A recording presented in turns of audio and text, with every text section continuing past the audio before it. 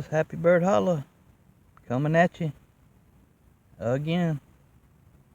Got another video for you on, Narrowleaf Plantain. You can call it nature's green band-aid if you want to. You don't got the aloe vera for burns and stuff like that, irritation, skin irritation. This right here, nature's band-aid. You can use it externally. It's good for your skin, rashes, eczema. It's good for all kind of things, for skin issues.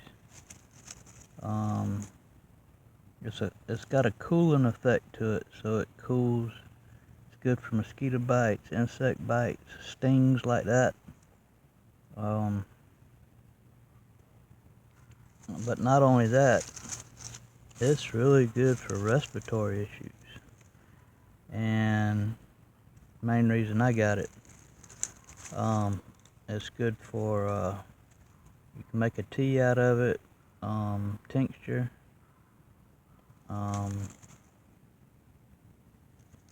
It soothes the mucous membranes and reduces mucus production, which is good for people like with COPD, maybe, like my sweet darling's got. And so this helps her. It's also a mild bronchodilator, which opens up the blood vessels and shrinks the inflammation in the air passages and helps her to breathe better. So yeah, this is one of my go-to herbs for her. Not only that, it's good for urinary tract infections. It's a diuretic. It's good for digestive health. It's really good for digestive health. Constipation, diarrhea, stomach ulcers, inflammation of the digestive tract, and the list goes on. It's really worth checking into, y'all, if y'all got any issues with digestive problems or respiratory, skin irritations. Like I said, if you don't have the aloe vera, you can use this. Nature's green band-aid. It's also called ribwort. If you look at it, you see the ribs of the veins that go down long ways and parallel to each other. They like this leaf here has got 1, 2, 3, 4, 5 main veins. Or let me see if I can find another one that might be a little better. Let me see. One main one. 1, 2, 3, 4, yeah. 2, 3, 4, 5 main veins it looks like. Or ribs. But if you turn it over, you see the veins kind of. There you go. 1, 2, 3, 4, 5. One, and the main center one is pretty dominant. You can see how it kind of comes down to the. I done broke that one, but this going into medicine with me. I'm gonna show y'all. I'm gonna make some medicine out of mine. That's why I'm doing the video today. It's time to harvest. It's growing pretty good right now. It don't like growing in the hot summer real good. Matter of fact, that's when it seeds, is in the hot summertime. And I know y'all know what the seeds look like. Some of this is the old stems from the seed. You see how long they are. These dried stems. Well, no, that's grass right there. But some of these long dried stems right here, like this, they would grow. It would grow straight up, and then they had the little cones, look like a little pine cone, but long, hairy pine cone. And we used to, when I was a kid, used to take and pull those little long stems with the pine cones on the end and make a loop and then pull that little pine cone through it, and then you could snap it and shoot it at somebody. Yeah, I used to could do that with the seeds on it. No, needless to say, you were spreading seeds everywhere, which is good because now we know what this stuff is good for. And there's another one, and you can see how it grows. It grows kind of like a rosette, kind of, as they say, a basil rosette, where it comes out like this, like a rose petals, you know, all the way around, and then shoots up out the center, the little new ones and the young ones. Now, I know my plantain looks kind of something to be less desired, but I got it going, and there's not enough here. Well, there might be enough for me a quart. By the time I gather it all up, I got some I've been getting off of. You can see where I cut some. I put some in my limp tea that I make every day. By the time I gathered up enough, I could probably get a quart, but I went and got some, and it grows everywhere, y'all, down here in South Carolina, so I can forage it and get all I want.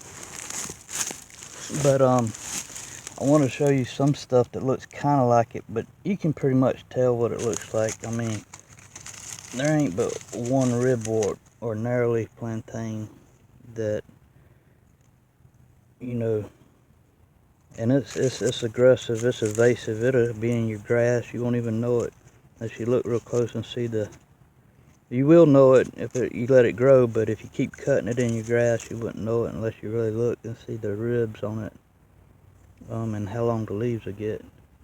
But here you can see some goldenrod. See how it kind of looks, these new goldenrod shooting up. It's kind of similar to longleaf and all, but you can see the difference. You can see the difference in it. Goldenrod don't have those ribs, just one main vein and some fine little veins on it, you know. You see the ribwort, and even the young leaves, they don't look nothing like the goldenrod. But yeah, I got this over here I'm growing, and there's a lot of stuff that, like I said, kind of looks like it. That's dandelion. You know what dandelion looks like? It's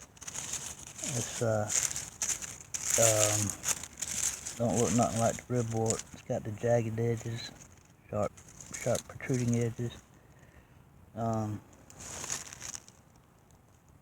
There's some Narrowleaf Plantain. Let's see it. It's shooting everywhere because it's seeded a couple years now.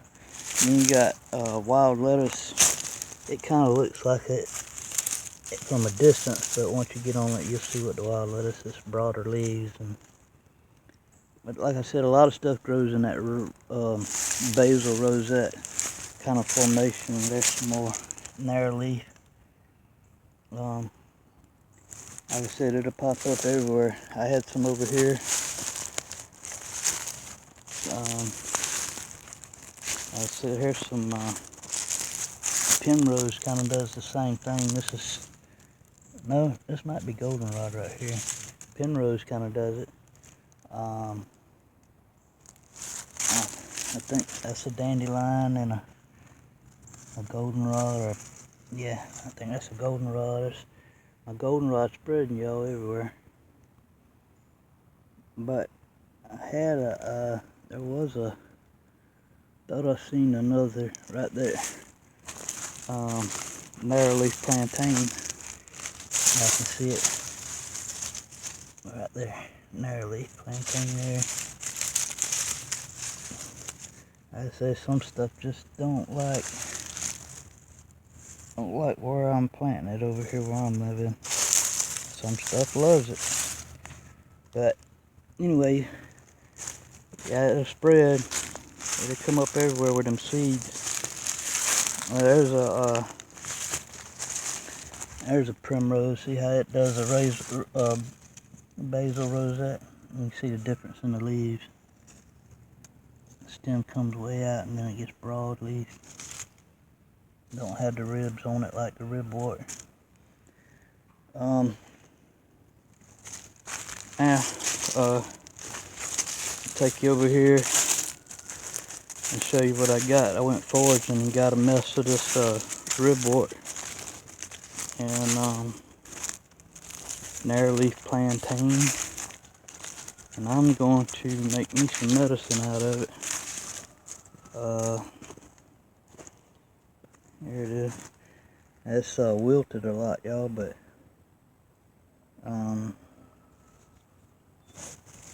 y'all can see how it grows. There's the root system on it.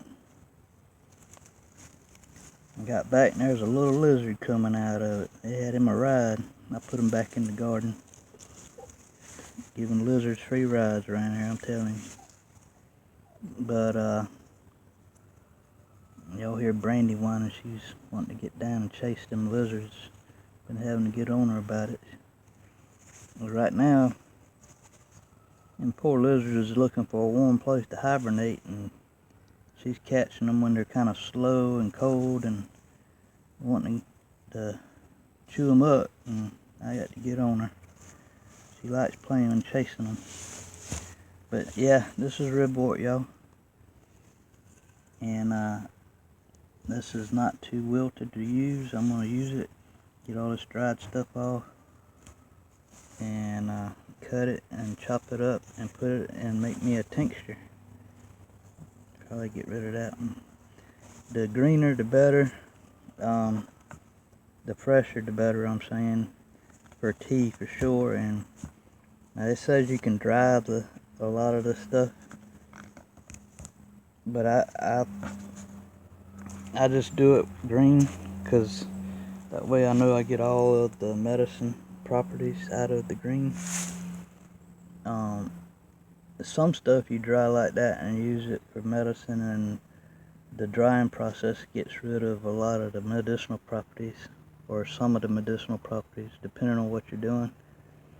And so I just go with fresh on everything. And some stuff you gotta dry out, but most of the time this fresh stuff like this that's used for good medicine, I just leave it green and chop it up and make medicine out of it. But that's some good stuff, y'all. Narrowleaf Plantain.